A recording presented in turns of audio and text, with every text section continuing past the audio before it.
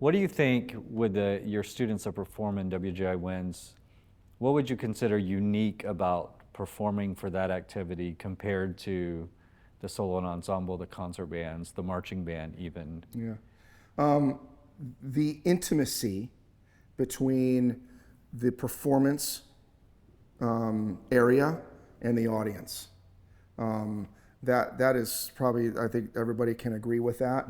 I think in its the beginning stages of the activity, I think that we're still trying to find and continue to find unique things musically and visually and all that for the activity. But first and foremost, the unique intimacy that they have with the audience. The visual responsibilities, there's just an added level of acting and dance and choreography that can enhance the music that our kids are in love with. You know, when they say, hey, we're going to do some role-playing exercises and we're going to go across the floor and we're going to do some acting, they love it. And it's taken time to develop, but it's one of their favorite things to do now. Oh, wow. So certainly unique to everything else. yes, yeah. And because of the venue is more intimate, you know, that you can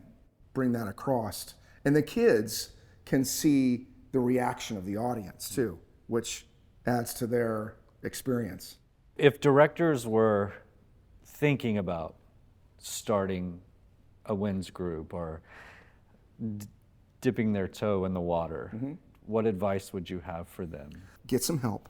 Don't be worried about all the bells and whistles. That will come. That'll be fine. But get the kids on the bus so they have a good time and they perform, and being with their friends is good enough. And then you could just build from there. And you don't have to start with a complex show or production. Right. Yeah. Yep. You could start, just do what you can, be successful, and then that will build. Yep. You know, I had a question in here at WGI Con, and you know, the answer was, had I known, I mean, we didn't, when Jay Webb started building Avon, he didn't know it was going to be what it was going to be. It was just like, we can do this now, and we're going to do this to the best of our ability, and then we're going to take the next step. Now, he had his mentors. Center Grove was somebody that, you know, was a huge mentor for us. We have a lot of them, so many great bands out there. Randy Greenwell's here. He was one of our mentors. So start what you can do, and then, okay, now we'll take the next step. And then a great mentor of mine told me, as long as you're moving forward, no matter how big the step is, then you're going the right direction. So you don't have to take a huge leap.